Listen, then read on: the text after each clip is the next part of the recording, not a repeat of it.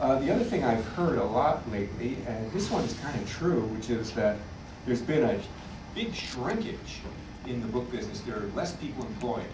A lot of people have been let go. This is true. I'm happy to say I still have a job as of today, and no one in my company actually has been fired.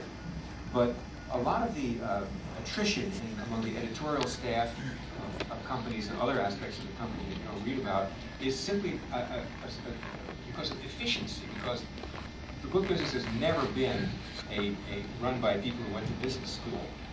And I hear somebody's phone ringing. Did he change the television? That's somewhere around here. Anyway, we'll live with it.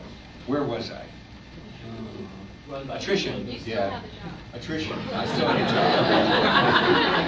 job. There had been a lot of duplication, and when companies started merging and trying to be more efficient, they realized that they didn't need 6 different sales departments. They needed one sales department. They needed one warehouse. They needed one back office to do accounting and billing and inventory. And they didn't need that many editors, really, because they're all competing with each other. And they all weren't doing enough. There was kind of a leisurely aspect of being an editor until recently. So a lot of people, my colleagues and friends, are early retirement, let's say. I've resisted it so far. But and they all became agents and freelance book editors, which is good for you in a way. We'll get to that because they provided a sort of professional legion of people who can give you excellent feedback. Many of them are very good editors and very experienced, over 50 as a rule, with lots of experience and can be very helpful. But they're no longer working in these companies, and frankly, the companies are better off. The companies are being run more like a business, and therefore, in these times, they're becoming more profitable. So that's about all I have to say at this point about the debunking the myths. But let's go on to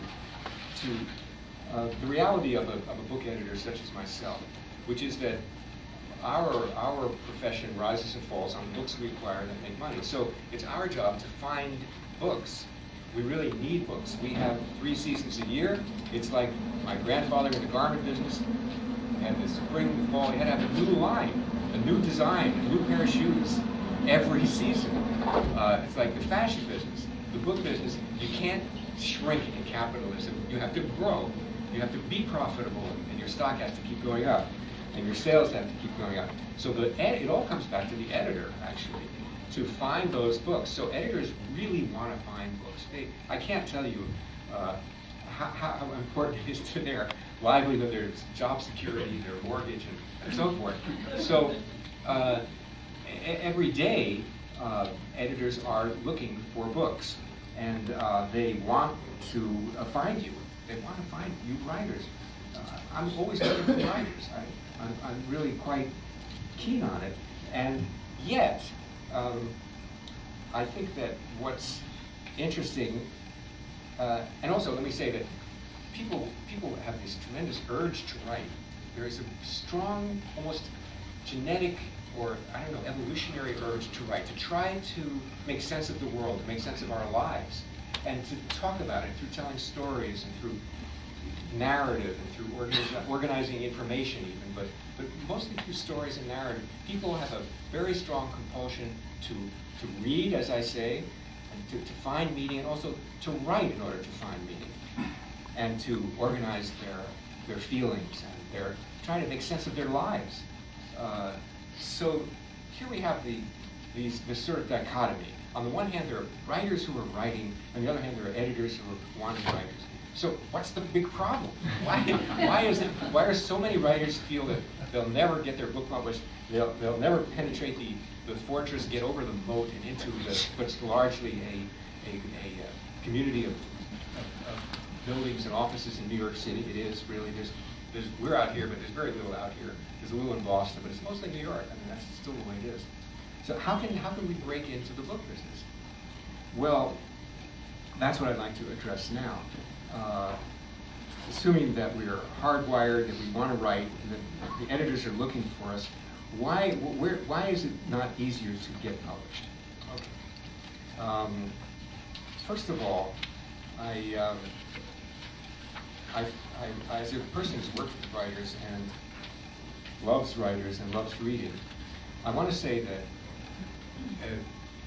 I admire writers because they're so brave, because they try to write, and they write. Writers don't talk about it, they do it.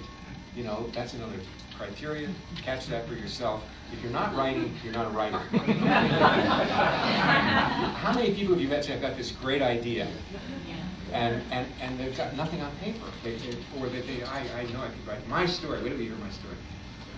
Writers write. So, but I also know, as I'm sure you do, how hard it is to write a good book. It is extremely hard to write a good book. The best writers I know, Tom Robbins, will spend, he'll rewrite a sentence, a paragraph, a whole book, 4 or 5 or 6 or 7 times.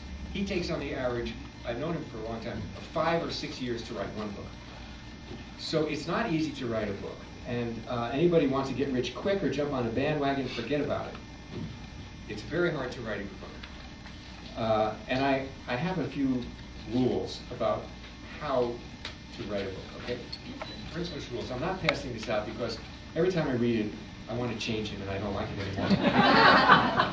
But there are some salient facts here that I can at least throw out, and you're free to agree or disagree. I think that to be a writer, first of all, you need to be clear about why you're writing the book, okay? If you're writing a book to make money, you've heard this a lot today already. Forget about it. Don't write a book because you're trying to make money. You may make money, you may make some money, you may make a little bit of money or a lot of money, but don't write a book because you want to make money. Now let me qualify that. This is why my rules are no good. But if you're writing a book that is a part of your career, that's a little different. That way, you're establishing your expertise or your tenure at the school, or your job, or you're speaking and workshops and trainings in your life. You're creating your book is a calling card. Have you heard that expression? It's something you use in your business. You know, you're a marriage counselor or a lawyer or a doctor or an engineer, whatever.